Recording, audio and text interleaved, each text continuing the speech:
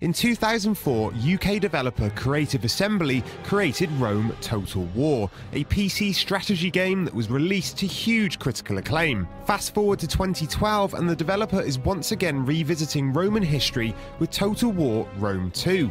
But with a release not due until 2013, there's a long wait until eager fans can get their hands on the game. In the meantime though, how about a look at the game in action? We sat down with James Russell from Creative Assembly for an exclusive first ever look at the battle gameplay from the new Total War Rome 2.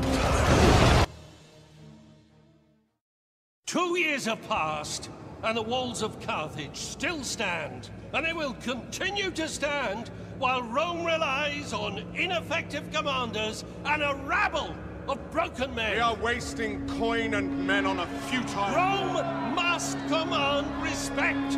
We must command respect. Respect will not feed Rome's people. Honored senators, I move that we end the siege of Carthage and turn to civic matters. Senators! Senators! The time has come to end this war. That much is true. But end it with blood and fury and glory for Rome. What we're showing here is part of the siege of Carthage in 146 BC. The city had been under siege for several years, and we're going to see old Scipio's grandson, the young consul Scipio Aemilianus, command the final assault on Carthage.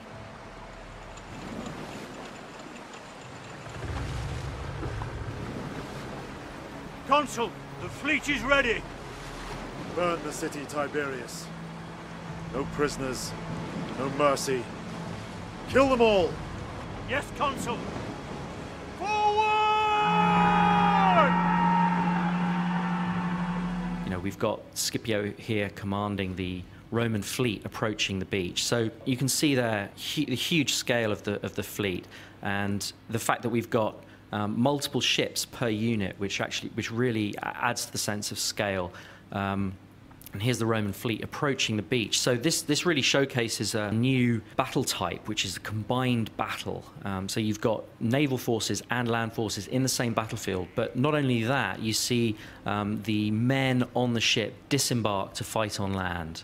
And so here they're approaching the beach, and they're going to disembark to join the siege. And the combined battles really add a load of gameplay in terms of, you know, cat and mouse around the coast and the defense of the beach versus the defense of the city. And we're really experimenting with different ways to make that gameplay work really, really well. So here you see the guys disembarking onto the beach. This is, you know, what we're trying to achieve here is get a real sense of almost the Saving Private Ryan of the ancient world. So we really want to get the camera down and get that sense of that darker vision of war, where you really make this human scale of battle come alive, and it's part of that darker vision of war, a more gritty, realistic feel to the way the battles work.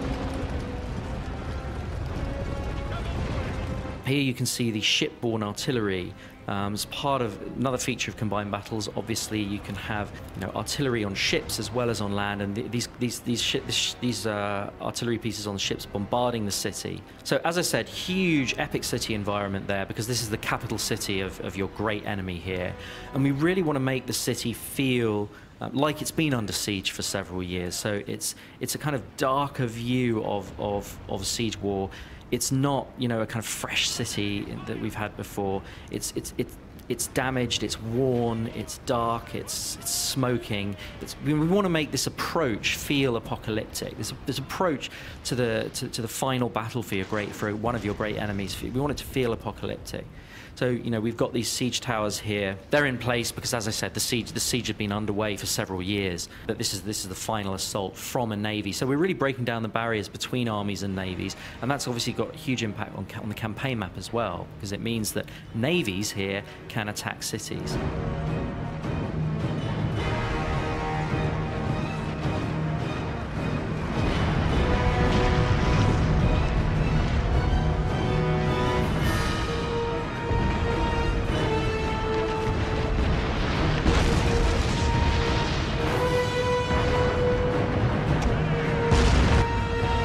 This is the tactical view, the tactical overview.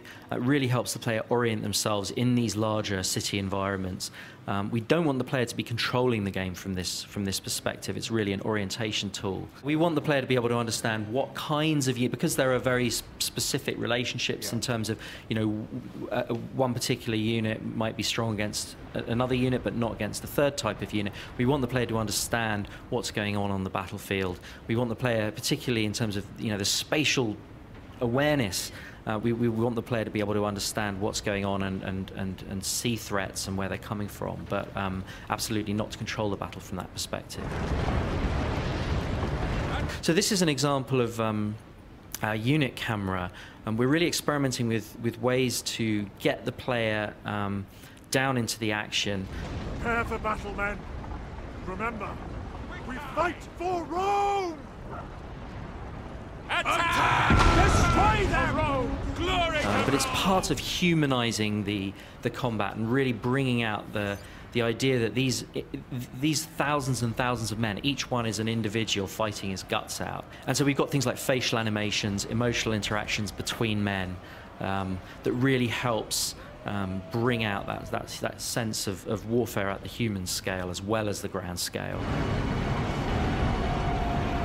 This huge city obviously has multiple capture points. That's something we haven't had before. Where previously you'd have a core battle for a central plaza, but Carthage here has several different capture points, and that means that the gameplay is completely different inside the city. You've got a much better sort of sense of cat and mouse because you've got a reason to have multiple breaches so that you can capture different points.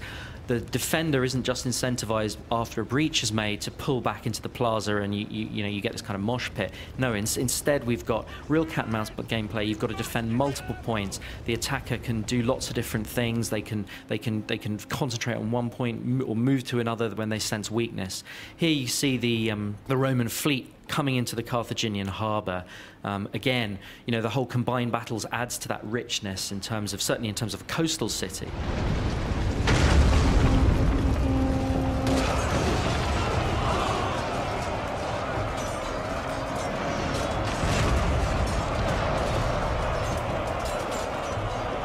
You know, in Shogun, you've got individual samurais seeking out other samurais, and they have this sort of elegant swordplay.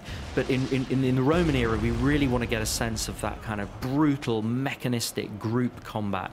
You know, particularly for the Roman legions, you know, that kind of meat grinder style, that mechanized style. We really want to get a greater sense of sort of visceral impact. So I think, it's part of making the game feel more visceral and have a slightly darker, grittier feel, certainly in terms of the battlefield.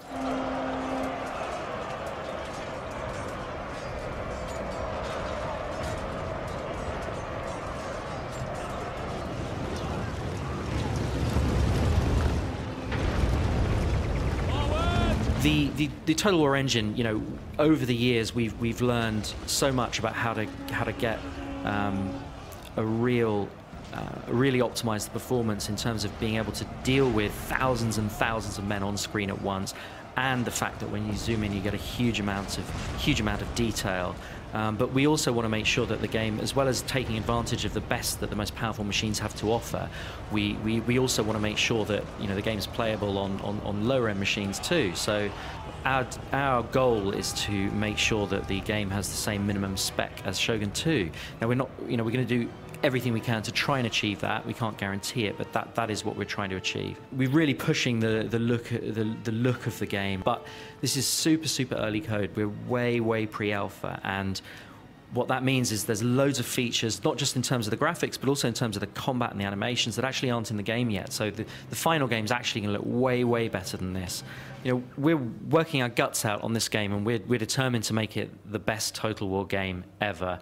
We've got a huge budget for the game, about 40% bigger than anything we've done before. So we're absolutely determined to make it the most epic Total War title ever. The bad news is we're not going to be releasing until the second half of 2013, so late next year.